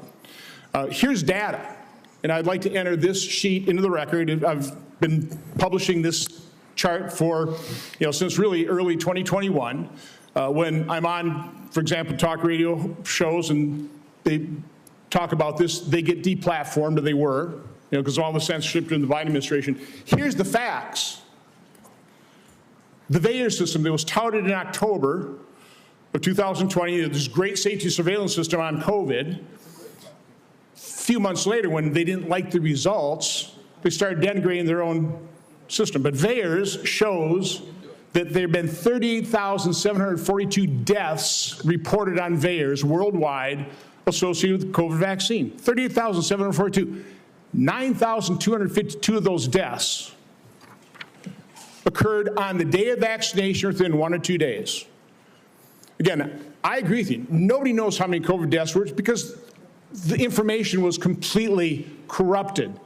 Nobody knows how many lives were saved by the COVID. I think most people, okay, if you're vulnerable, raise your antibodies, reverse severity, fine. There's not any good study on that. There's just information out there, just claims being made. This is hard evidence. And certainly what I've been advocating for are the injection injured, the childhood vaccine injured. We're going to be holding a hearing next Tuesday on a study done by a high-integrity healthcare facility that shows, that actually looked at vaccinated versus unvaccinated, very high-quality study. I'm not going to steal the thunder of Aaron Seary, who's going to be testifying on this. I think you're aware of this study that shows the vaccinated population far more prone to chronic illness than people completely unexposed to vaccines. That is just one example of how science has been corrupted by the way, the study was conducted, and when they conducted this, oh no, no matter what the results are, we're going to release this. They got the results in 2000. It is yet to be released. We're going to enter that in the record on Tuesday. Do you want to just talk about what you've witnessed in terms of the capture of the agencies that you're now in charge of, the corruption of science, which I believe you just said, that is almost your number one goal, right, is try to bring integrity and credibility back to science, which has been corrupted by the people who pay for it, by federal health agencies being captured by pharmaceutical industries, by big pharma, by big food. Just, I want to give you, I'm sorry, just the last minute to, first of all, defend yourself, but talk about the corruption of science that you're having to deal with and trying to correct. Yeah, I mean, I'll just tell you one example, and I could sit here and give you thousands. But in 2002, CDC did an internal study of Atlanta and Fulton County, Georgia children, and looked at children who got the MMR vaccine on time and compared those to kids who got them later. So in other words, kids who got them before 36 months and kids who got them afterward. The data from that study showed that black boys who got the vaccine on time had a 260% greater chance of getting an autism diagnosis than children who waited. The chief scientist on that, Dr. William Thompson, the senior vaccine safety scientist at CDC, was ordered to come into a room with 4 other co-authors by his boss, Frank DeStefano, who's the head of the immunization safety branch, and ordered to destroy that data. And then they published it without that fact. So you know that story, I know that story, and you know of hundreds of stories like that. It happens all the time. We are being lied to by these agencies, and we're going to change that right now. The letter I received from the Oshkosh business, it would be out of business because of the 50 employee mandate. It's going to be out of business. I just want to enter that in record as well. Without objection. The committee will take a 5-minute quick break here just to allow just a moment of reset here, and then we'll start right back up again in about 5 minutes.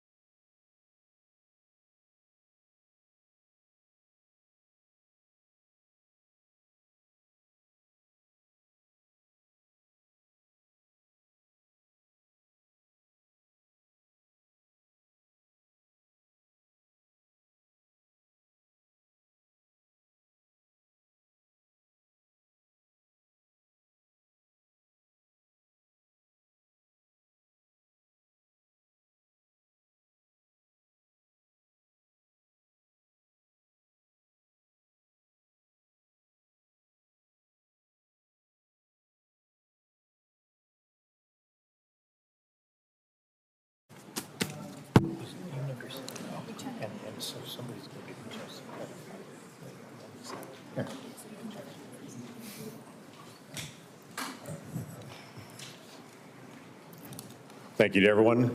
Committee is returning back from recess on this. Senator Whitehouse is recognized for questions. Thank you, Chairman. Mr. Secretary, I want to talk to you about Rhode Island. When you were last sitting there, here's what I said to you. I want to read it back to you because I want it to sink in. CMS has for years maintained a reimbursement system that the bureaucracy could never explain, never justify, that persistently pays Rhode Island providers less than neighboring Massachusetts and Connecticut providers, a difference of 23 and 26% in our regional healthcare market. And the one act that CMS took on this issue years ago was to make it worse. I raised that with you then. I've raised it since with Dr. Oz. I've raised it with CMMI Director Sutton. I would like to get action from CMS on that. One partial avenue of relief for Rhode Island is the AHEAD program. Rhode Island is a willing voluntary participant in the AHEAD program. Coming behind Rhode Island is Connecticut. What remains to be seen is whether the payment rates agreed to for Rhode Island will suffer the same discriminatory discount with respect to the AHEAD rates for Connecticut as Connecticut comes through. I've been able to get no assurances from CMS that they care one whit about this payment differential or that they see AHEAD as a means of resolving this injustice. Mr. Kennedy, our healthcare system is teetering as a result of this. This is not a casual matter, and I would really like to see you and Dr. Oz and Mr. Dutton put your attention onto this Rhode Island problem. There is no conceivable justification for paying a hospital in Fall River 23% more than Rhode Island Hospital when Rhode Island Hospital provides more and better services, as recognized by the Secret Service, which will take an injured president from Martha's Vineyard to the Rhode Island Hospital Trauma Center, flying right over St. Anne's Hospital in Fall River, yet Fall River gets paid more. It makes no sense, and it has to be resolved. The other problem that I mentioned to you is that I'm now in my 4th round of CMMI directors. It's bloody Groundhog Day, trying to get something done about how end-of-life patients are treated. I'm offering Rhode Island as a willing example of how we can do it better. It is idiotic and cruel to force a family to put their dying loved one through 3 days and 2 nights of a hospital before they can put them in a nursing home. It is equally ridiculous to not allow palliative and curative care to happen together. Providing home care when someone is dying, even if they can still get out of the house or into the yard, is a basic thing to ask. And to have respite care be that somebody comes to the house instead of taking a dying family member to a hospital, that's not even respite. Every single one, Mr. Kennedy, of these waivers has been granted in the past by CMMS and other circumstances. All I want is for somebody to come and work out how we do this in Rhode Island. What is our patient base that we'll do this in, how we put the waivers together. To quote your CMS director, Mr. Oz, he said, as we discussed in your office, we must re-examine how end-of-life care is addressed in this country. I'm offering Rhode Island as an example of how to make it better. I hope you will concede that right now it is not good. So Senator, I need you to respond to me. You guys know where to find me. I'm up in the Hart Building. Yeah. We've reached out, we've tried for meetings, and the progress in all 3 of those areas, fixing the payment gap, getting ahead balanced regionally, and following through on our desire to do good things, improving end-of-life care with waivers you guys have already granted, has gotten me so far no place. And forgive my impatience, a lot of it predates you. I put a hold on Biden nominees because I was getting jerked around by your bureaucracy.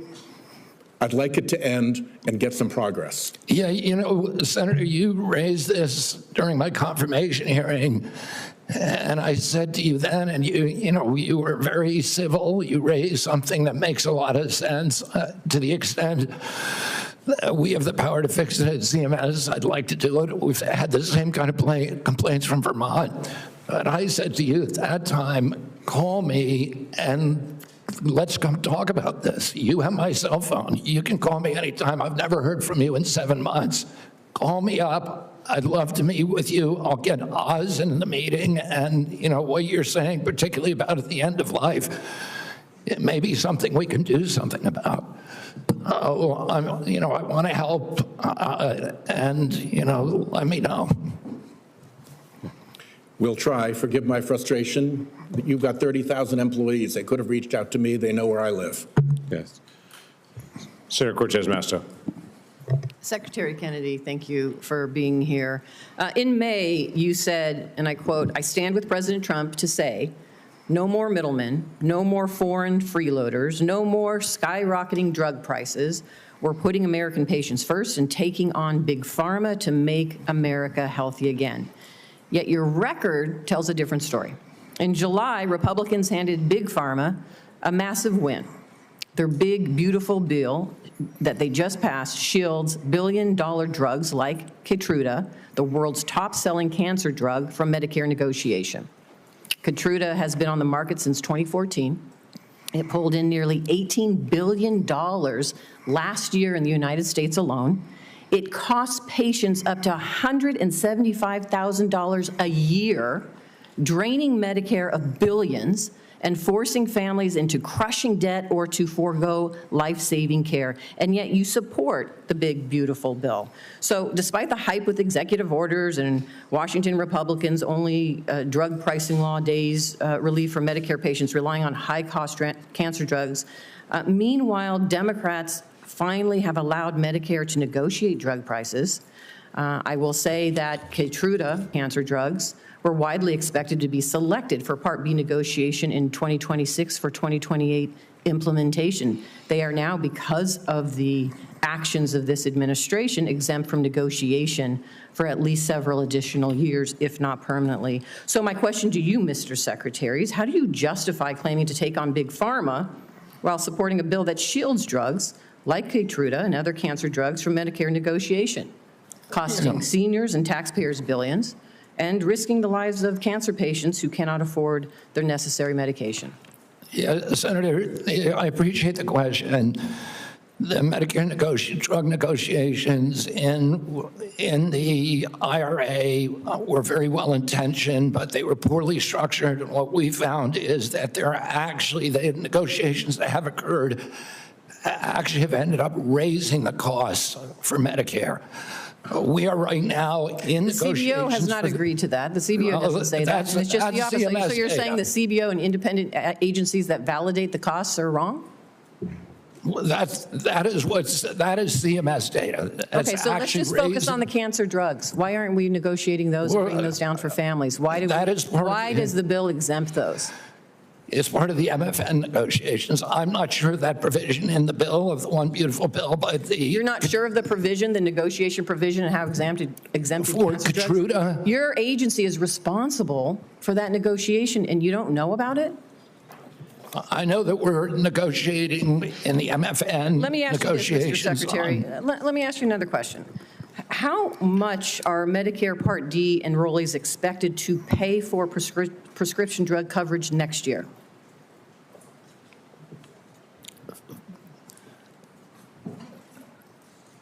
I think that is in debate right now. Let me tell you. Are you talking about the rate? They are going to pay $15 more than last year, up to $50 a month. Now, let me have a question for you on Part B. How much are Medicare Part B premiums expected to increase next year? I don't know. I talked to Dr. Oz about it yesterday. I think it's 16%. They're supposed to increase about 11.6% or $21.50 more each month. And again, last time we were before me, you couldn't answer the questions of the very agency and the authority that you have to address these issues. You know, next year, seniors and families are facing higher health care costs across the board. 23 million people on Medicare with a standalone Part D drug plan could see their premiums rise to $50 a month, up from $35, because the Trump administration is cutting the federal subsidy that has been keeping costs down. Part B premiums will jump 11.6% to $206 a month in 2026, one of the largest single-year increases in decades. And so for an administration that claims it is lowering costs, my question to you is, what are you going to do to keep costs down for seniors? I mean, I'm already doing what I'm already keeping costs down. What are you doing to keep costs down for seniors, knowing that these costs are going to be increasing? I mean, the program integrity bill, that is the first action that I did when I got in. It's one of the earliest actions in history of a complex regulation by an HHS secretary. A Congressional Budget Office has said that that's brought premiums down by 5%. That is the Congressional Budget Office, which does not like to acknowledge anything that we do. And does that impact seniors? Excuse me? Does that impact seniors? And I know my time is running out. Does that impact seniors? What you just talked about, you're lowering costs. I'm asking you specifically. We're lowering for helping costs. seniors. Does it impact seniors? Does it impact? Come on. Let me just stop here. I didn't My hear time is what running you out, said. so I appreciate the chairman's indulgence here. My concern is you can't answer the questions. The very agency has oversight over these issues and controls the levers to lower costs for seniors, and you can't answer that simple question. I didn't hear your question. Okay, let's go. We'll just proceed, and Senator Tillis has yielded his position to Senator Blackburn, so she'll take it. Thank you, Mr. Chairman, and Mr. Secretary, thank you for joining us today. I appreciate the comments you've made about the Rural Health Transformation Program. That is something many of us worked on, and we were pleased to push that out of this committee, and I know Dr. Oz is moving forward with implementing that. I appreciate your comments to Senator Warner on the area wage index. He and I have worked on fixing that, and we appreciate your attention. I am delighted to know that you're going to end the revolving door and the conflicts of interest. I have found it so unseemly that people who work with a pharmaceutical or with a big food company then go back over into CDC or NIH or FDA, and then they're signing off on regulation for their former employer and many times their future employer. So we appreciate that. Senator Langford went to you on the PBMs, and as you are aware, my PBM Act that Senator Wyden worked with me on, that made it out of this committee last cycle. And making certain that we keep these rural pharmacies open, making certain that PBMs do not profit above what is their standard service fee, and that they have to disclose all their pricing. That is going to be an imperative. So will you work with us to get that PBM legislation across the finish line and to the president's desk? Yes, Senator, absolutely. Thank you. Interoperability is something that you have announced, a new interoperability framework to better align data sharing principles. And this is important to digital health. And as you're aware, when we passed 21st Century Cures in 2018, the Software Act and that health IT definition is something that I worked tirelessly on to get implemented. So what I want to hear from you is, how does CMS plan to align this new framework with the existing federal framework, and how are we going to be able to move forward with one national policy on interoperability? Well, I don't know if we, what we have right now is concrete commitments from the Sixth Ability and to do have someone fit from talk with you. Last time you were here, I talked about the concerns on overprescribing prescription stimulant drugs for children and on this, and to actually promote more community-based intervention to combat overprescribing. And we are tremendous concern for grandmothers who suffer with this. So I know your team is working on solutions, so you're going to have your Make Our Children Healthy Again strategy that you're going to release. But talk for a moment, we've got 30 seconds left, talk for a moment on hacks of over. Is that H and CDC have been asleep at the sensor studies so that we can warn parents and so that we can, whatever we can, to show what the long-term impact side. And that's something becomes so common in our society. That is the malpractice that I am. Last November, while you were under consideration to become Secretary of Health and Human Services, to take them away. No exceptions, no. Then last week, you announced that the COVID-19 vaccine is no longer approved for healthy people under the age of 65. In announcing the change, you said the vaccine will be, so let's over 6 months of age. Anybody can get the booster. I'm sorry? Anybody can get it, Senator. Anybody. So you're saying that is now the official rule? Not recommended for healthy people. No. If you don't recommend, don't have to cover the 209 people vaccines. We're not going to recommend a product for which there's no clinical test that you made when you were looking to get confirmed in this job. You're going like this. And that is, you promised that you would not take away. I'm away from people, Senator. Pharmacy for free. Most Americans will be able to get it from their pharmacy for free. I was going to recommend products for which there is no indication. Hold up a big sign saying that you were lying when you said that, because you are the one who said you would not take them away. Now, Senator Kennedy, I'm not taking them away from anybody. Secretary, you want me to indicate a product for which there is no clinical data? Senator, is that what you want? Secretary Kennedy, you said you wouldn't, and now you did. I'm not taking them away. Everybody can get access to them. No, they can't walk into a pharmacy. A year ago, but they can still get taking away vaccines. I've seen the list for what's coming up next, and that is the agenda for the next CDC vaccine panel.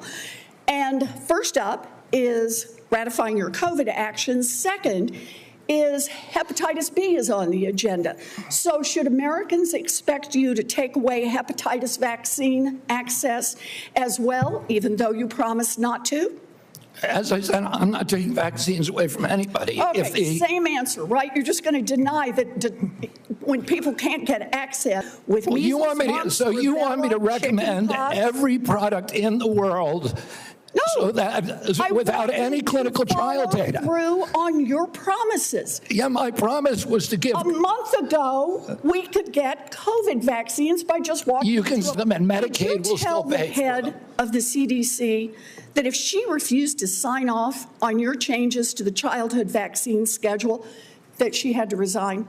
No, I told her the employee who told you they weren't trustworthy. Would you ask them to resign, Senator? So, yes. Every conversation I had with her, there were witnesses. Let me get this straight. This is the same person that less than a month earlier, you stood next to her and described her as unimpeachable, and you had full confidence in her, and that you had full confidence in her scientific credentials. And in a month, she became a liar? Yeah, you should ask her what changed. And by the way, a month ago, you were voting against her. Oh, because you thought she was either incompetent, ineligible, or unsuited to the task. I voted against her because I was afraid she was going to bend the knee to you and Donald Trump. And it looks like she didn't bend the knee, so you fired her. Look, you're putting America's babies' health at risk, America's seniors' health at risk, all Americans' health at risk, and you should resign. Senator Sanders. Just want to pick up on Senator Warren's point. You asked her, are you a trustworthy person? And she said, no, I am not a trustworthy person. She didn't say, no, I'm not a trustworthy person. She said, no.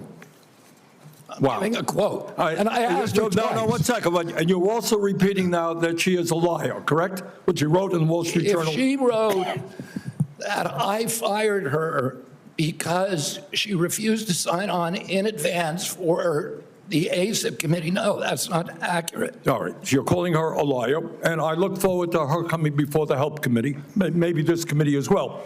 All right, Mr. Secretary, I've got a bunch of questions. Appreciate brevity and answer. Healthcare substantially raised premiums, rural hospitals all over America. It's going to be the biggest infusion of federal dollars into rural health care in American history. Yeah, you know why? Because you're cutting $150 billion for rural hospitals. You're putting $50 billion back. That's not an infusion. That's a loss of $100 billion. All right, next question. President Trump, of modern-day medicine that saved